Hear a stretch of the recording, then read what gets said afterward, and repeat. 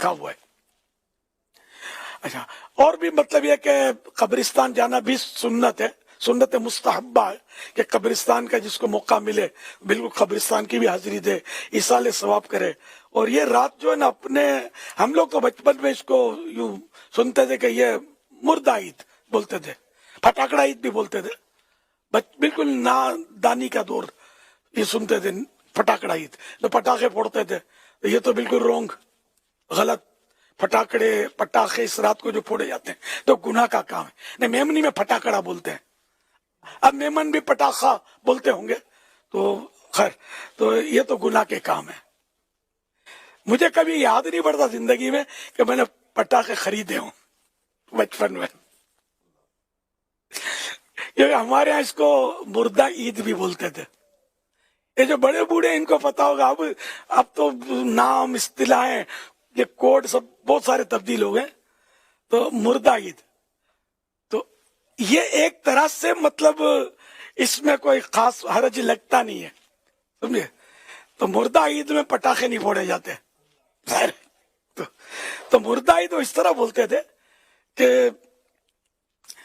جن کی میت ہوتی ہے نا، تو یہ پہلی شب برات جب آتی تو وہ اس میں بہت ساری مطلب شیرینی بڑے بڑے تھال بھر کے ایصال ثواب کی نیت بھی کرتے ہوں گے، تو یہ بانٹتے تھے۔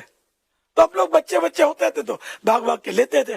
تو یوں مطلب یہ شب برات کو 14 شعبان کی شام کو یہ تقسیم، یہ چیزیں ہوتی تھی، اب بھی ہو سکتا ہوتی ہوں۔ تو یوں بچوں کا دل بڑا خوش ہوتا، ارے خوشی ہوتی، ہم لان جمع کرتے تھے، لان بولتے تھے، لان واٹائی تھی۔